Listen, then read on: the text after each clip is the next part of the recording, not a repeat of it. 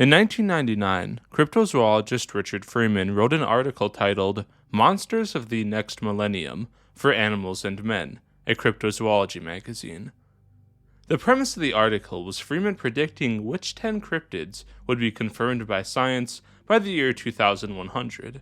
While that date is still pretty far off as I'm making this video, I figured it would be interesting to take a look at his article 25 years later and see if any of his predictions panned out.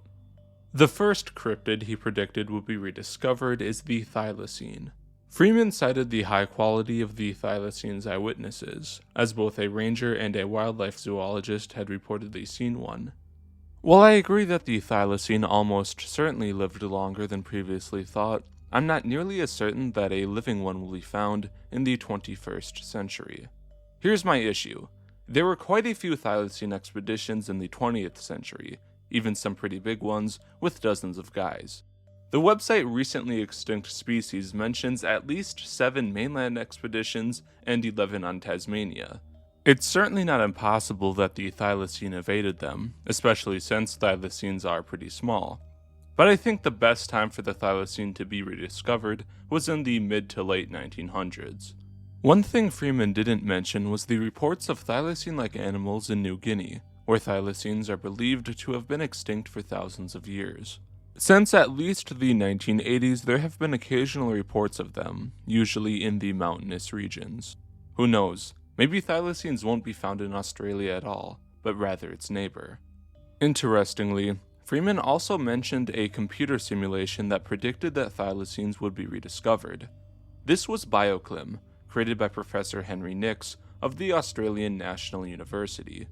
He compared confirmed sightings of the thylacine in the late 1800s and early 1900s with reported sightings after the thylacine supposedly went extinct.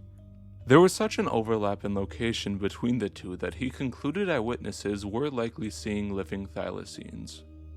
There was also a study in 2023 that examined the possibility of the thylacine's survival. They used similar criteria, factoring in things like the quality of eyewitness sightings. The study concluded that the species likely went extinct sometime between the late 80s and early 2000s. While I think that they might be right, I do still have a little hope for the thylacine still being around somewhere. The second cryptid he predicted would be discovered, or rather rediscovered, is Delcourt's giant gecko.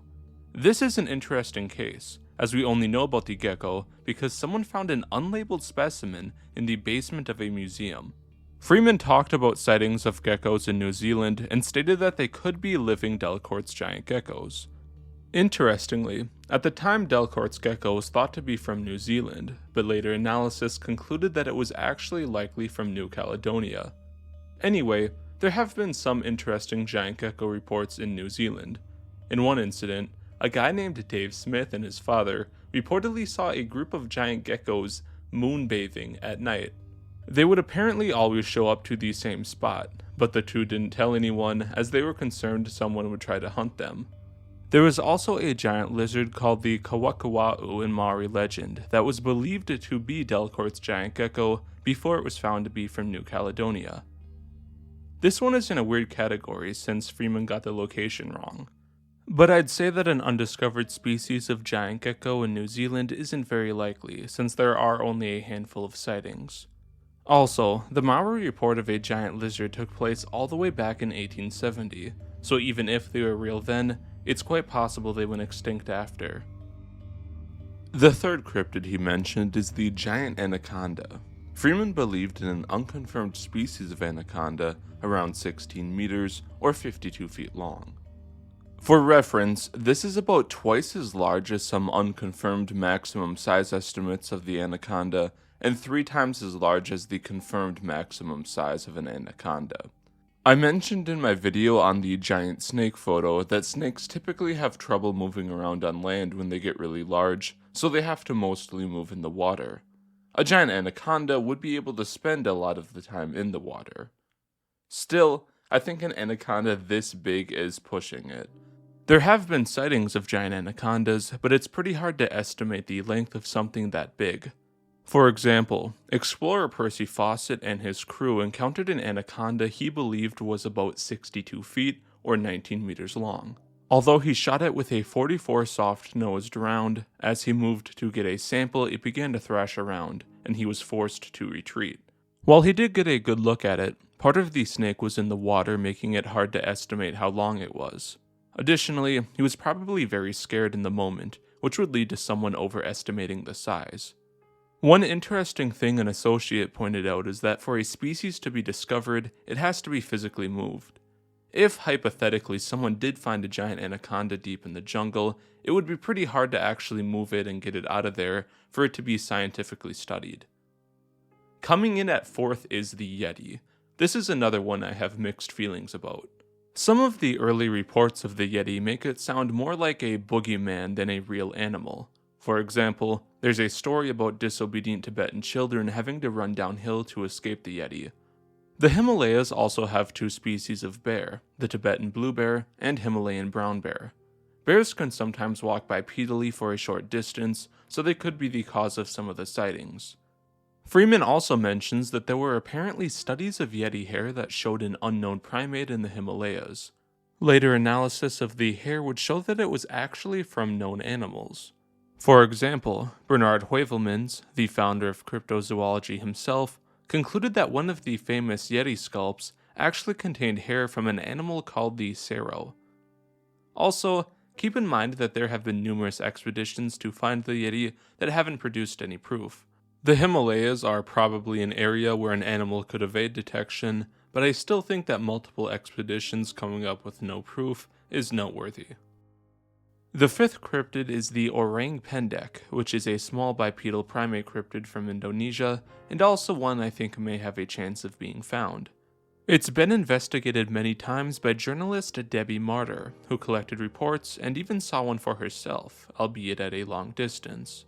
Richard Freeman himself would go on an expedition to find the orang pendek in 2011. They found some prints and hair, but tests about the identity of the hair were inconclusive.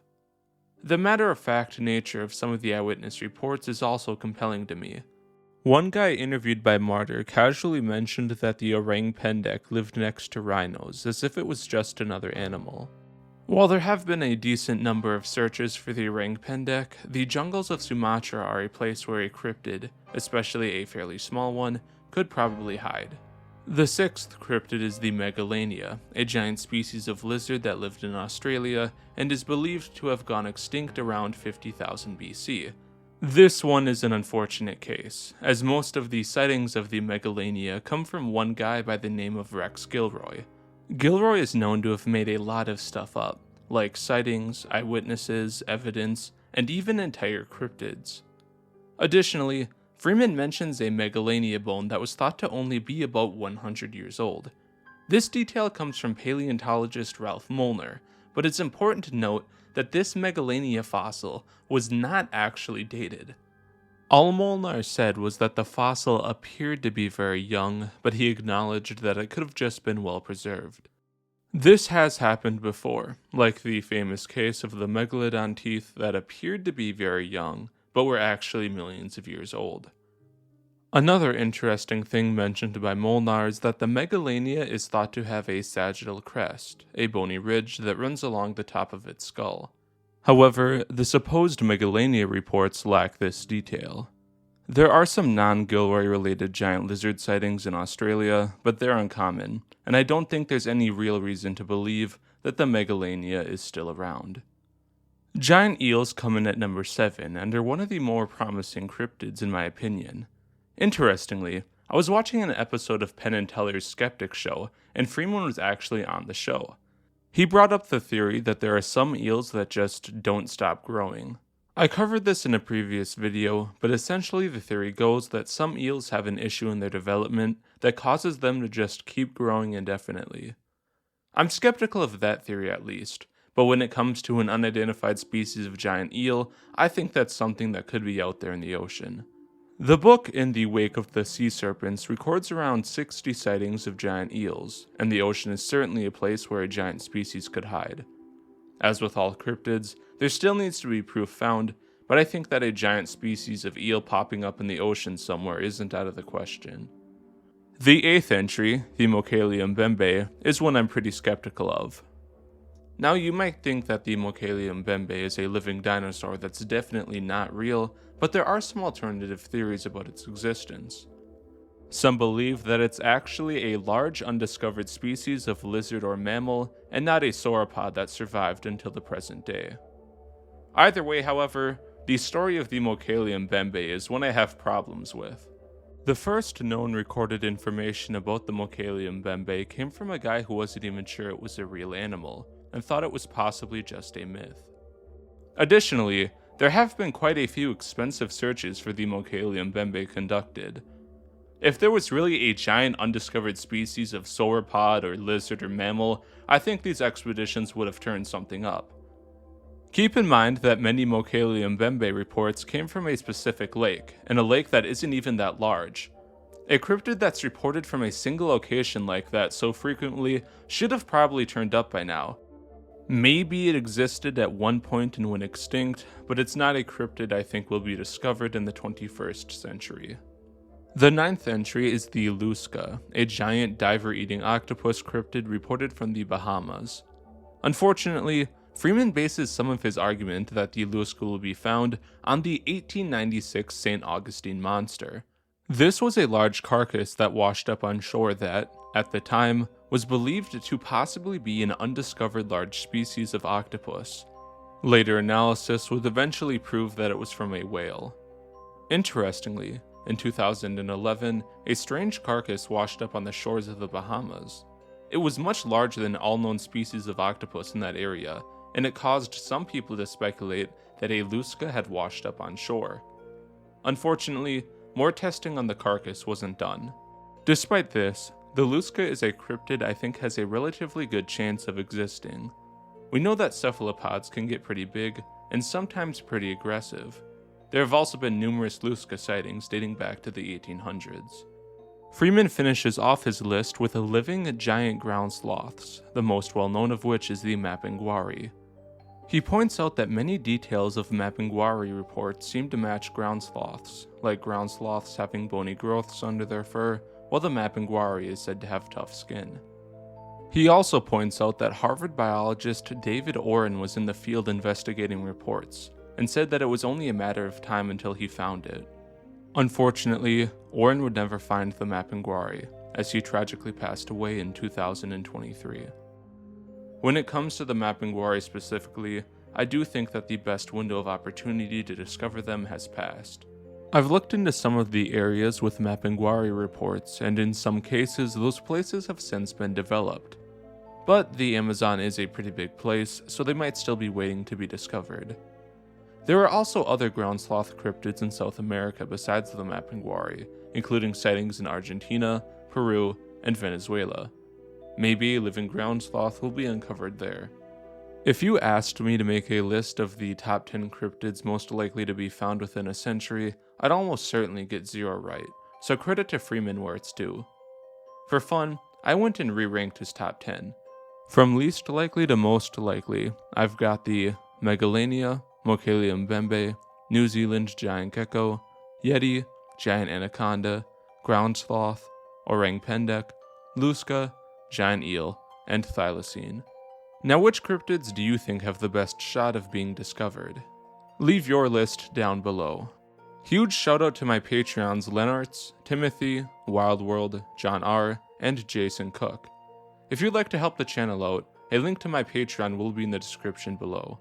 I'll be having poll ideas for future videos there, so go check it out. If you enjoyed this video, I'd appreciate it if you liked, subscribed, and shared it with someone you think may like it too. I'll also have a link in the description to my other cryptid videos if you want to see more. That's all for this video. Thank you very much for watching, and I will see you in the next video.